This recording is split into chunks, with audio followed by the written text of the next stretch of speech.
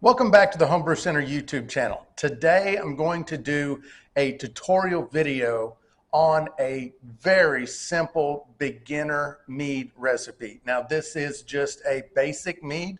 It is a dry mead and it is really easy to make, and I'm going to go through the whole process start to finish for you. Come on. I'm going to set this aside, and first I'm going to go over the equipment that you're going to need, the basic equipment. So first, you're going to need a 1 gallon jug. This is a 1 gallon recipe, and so we've got this little jug. I've got these data sheets that I use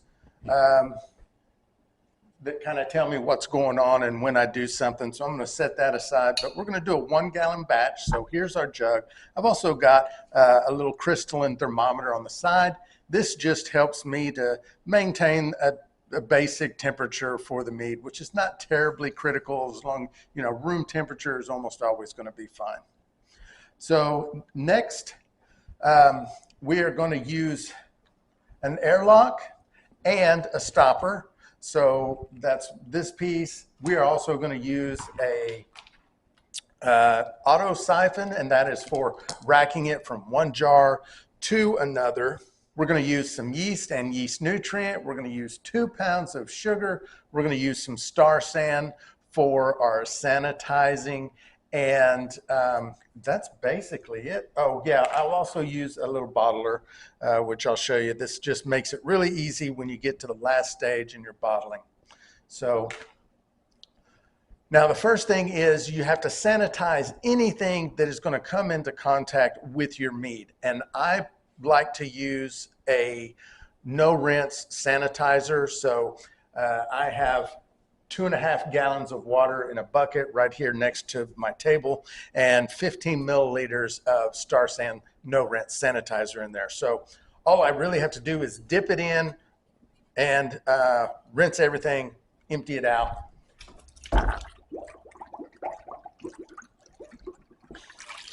And you can see it's kind of sudsy. I'm just going to make sure it's all in there, slosh it around, get it all good and sanitized, dump it out.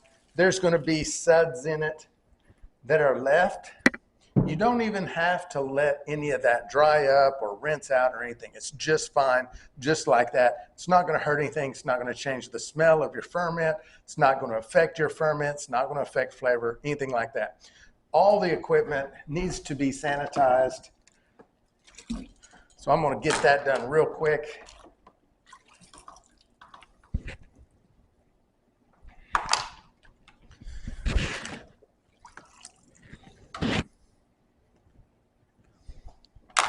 So once this is all sanitized, I'm going to add in 1/2 gallon of spring water, and I'm just eyeballing it. It doesn't have to be a perfect measurement. I just want about half of the water in the jug, and the only reason I'm putting in half is because it just makes it easier to dissolve the honey.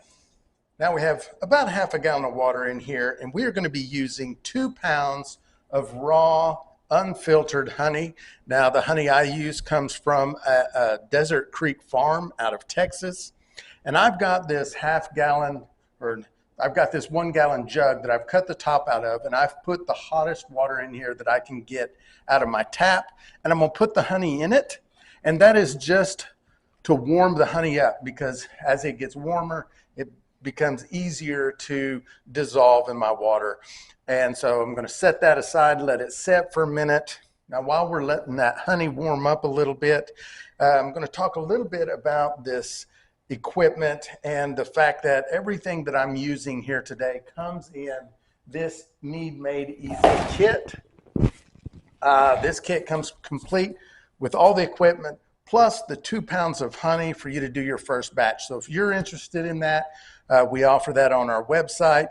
We also have in-person workshops at our local brew shop, Homebrew Center, and I'll put some links to the website down there so you can check that out. But now that this honey has warmed up a little bit, I'm going to go ahead and start putting it in, and I'm going to put 1 pound of honey in first. And then I'm going to dissolve it, shake it up, and get it all stirred up. Then I'll put the other pound of honey in and do the same thing. Again, the only reason is just because it's easier that way to dissolve half the honey first and then half the honey, as opposed to dissolving all the honey at the same time. This honey we get from Desert Creek Farm in Texas is a real dark honey, and part of the reason why I like it.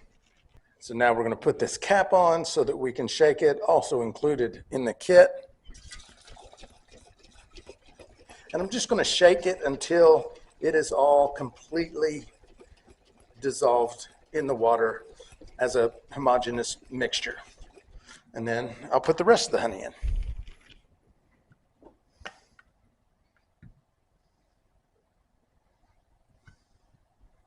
And once again, shake to dissolve.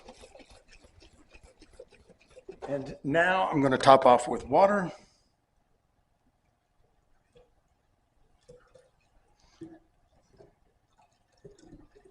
And I'm not going to fill it all the way up because I want to leave a little bit of headspace, but I'm going to take it right to above this line of text that says 1 gallon.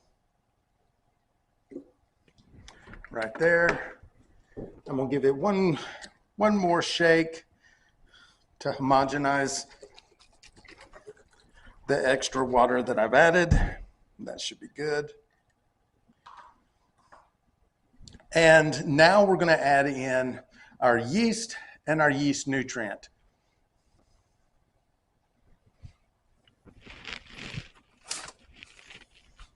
Now the kit comes with a pre-measured amount of yeast and nutrient.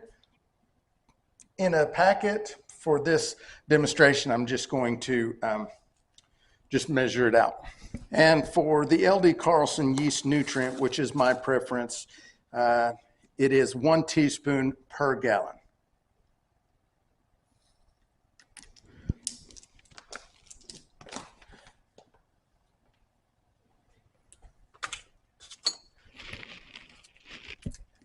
And for the yeast, for this recipe, I like to use just an EC1118, one of these packets, and I use half the packet.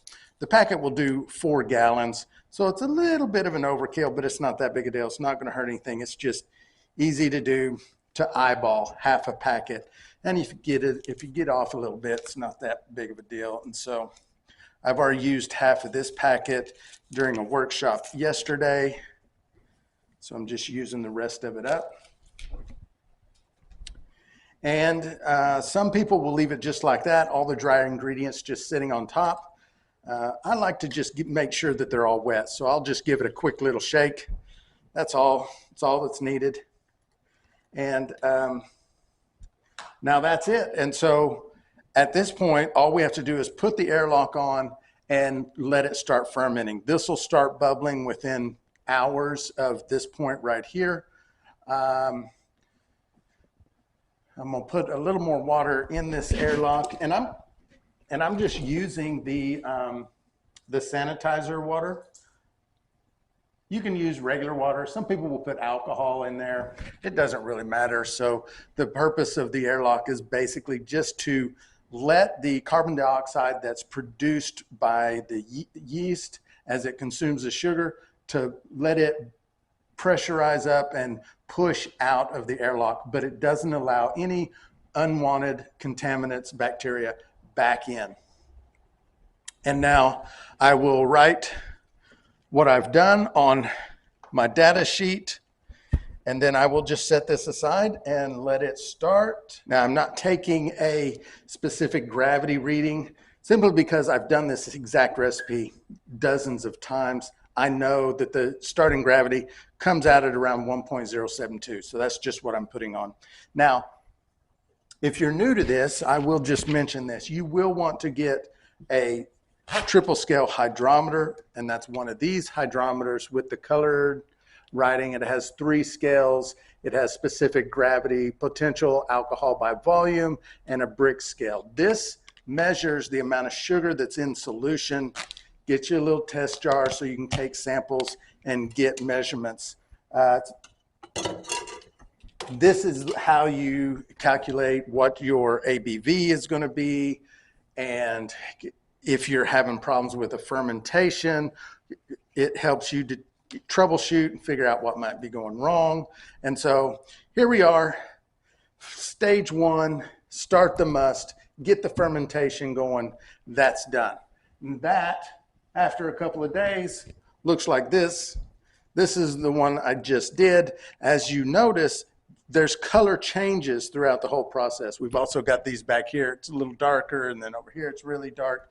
So be okay with that. Know that the colors are going to change through the process. You can see the airlock bubbling. That's what it does when you know it's working off. And then you will have this stage right here, which is the fermentation is complete. Let me get this one out of the way here. This fermentation is complete. You can see the water level has equaled. There's no bubbling going on. Now, we could take a sample of this with the specific gravity reading, and it would read 1.000 or less, and we would know that it's done. So now it's time to rack this off, because at the bottom, maybe you can tell, there's a bunch of sediment down at the bottom. And we want to remove the mead from the sediment. So we're going to rack it into another bottle to let it clarify. This has been fermenting now, 5, 13, 6. This has been fermenting now for over a month. And let me get another jar.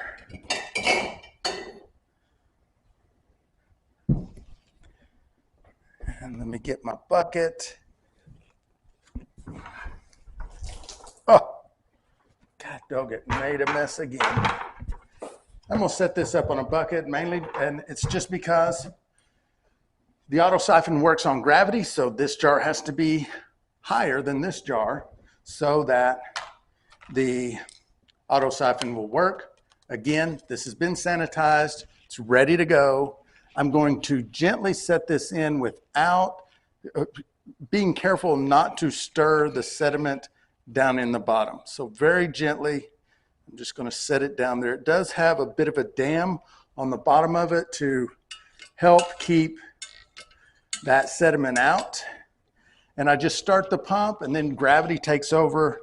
And now we're racking off this liquid from this jar into this jar. And I'm going to let this jar set again for another week or two. You can even add a clarifying agent like a sparkaloid or 2-part liquid agent if you really want it to get clear. And then once it's cleared to the degree that I like it, then I'm going to bottle it. And we've got that stage next where I'm going to show you the bottling. Okay, so we've got this racked off, and you can see in this jar here the lees on the bottom. That's the dead yeast colony. You could, if you chose to, save this, put it in the fridge, use this next time. There's live yeast in there right now that would be reactivated if there was more sugar for it to consume. I just dump these and then clean out the jar so that I can reuse it. Now, this one is complete. Now we've got this racked over, and this one's going to set again for another week or so to let it settle out, kind of finish melding the flavors. And then finally, we have this jar, which is this has been sitting for 3 months now. And you can see the color has completely changed. It is very clear. There is a bit of a sediment down on the bottom, but this is ready to bottle. So now I'm going to bottle this up. I'm going to use 3 flip top bottles and 1 wine bottle. If I can find a wine bottle. I do have a couple more flip top bottles. I've also got some of these little sample bottles. So once again, I'm going to sanitize these bottles. remember, everything has to get sanitized. When I'm done with these bottles, I wash them and then I sanitize them and then I store them. And then just before I fill them, I sanitize them again, because I do not want any kind of, is that a little bug in there? No, okay. Thought there was a bug in that one.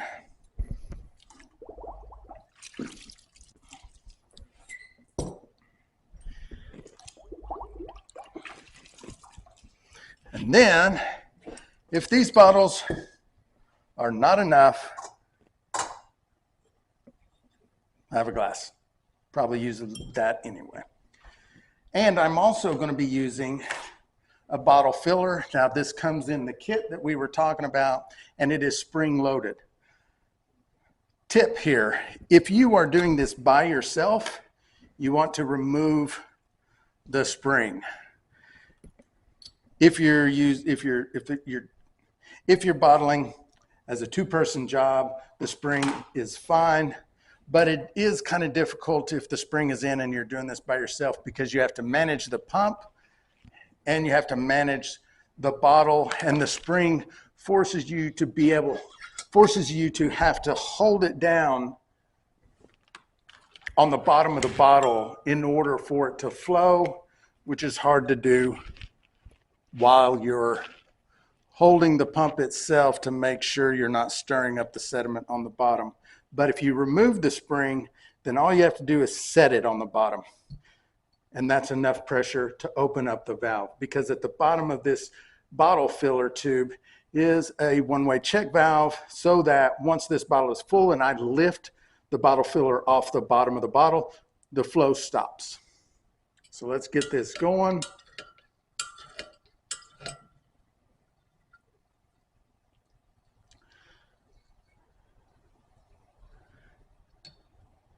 And I'm holding the pump very still. I don't want it moving around in the bottom, because it's just going to stir up that little layer of sediment that's down there.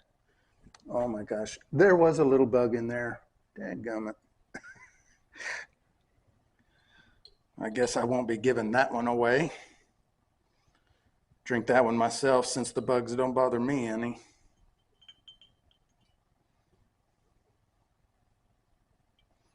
And you can see this mead has a really nice amber color.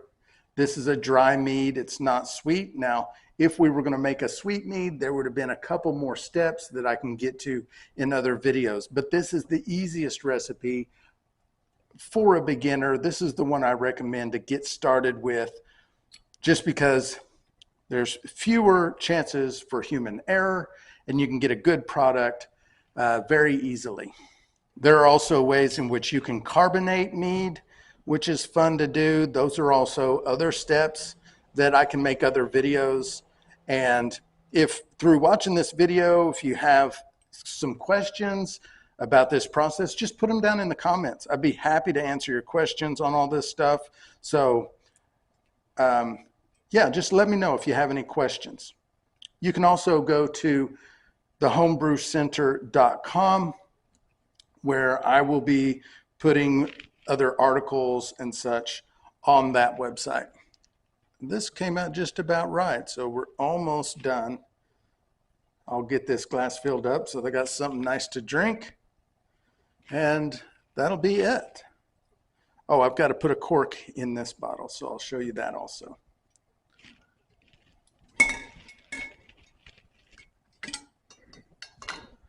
Put these back in the bucket, close these up. I'll put some labels on these so I know what it is, put them in the fridge, give them out as gifts, let my friends come drink them. People come into the Homebrew Center all the time, which is where we are right now. And I have a fridge here so that there's always samples. People can come by. If you're local to Fort Smith, Arkansas area, that's where we are. Look us up, come on in, and we can talk mead, wine, beer, whiskey, all that fun stuff.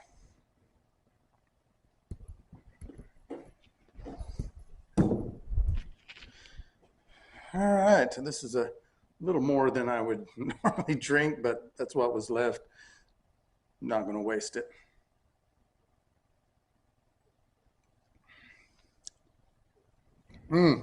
That is a wonderful dry mead.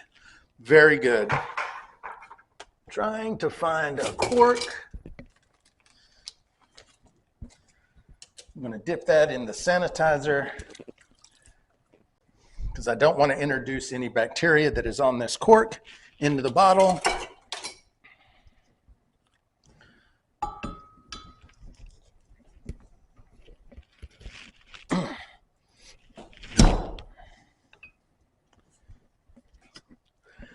And there it is.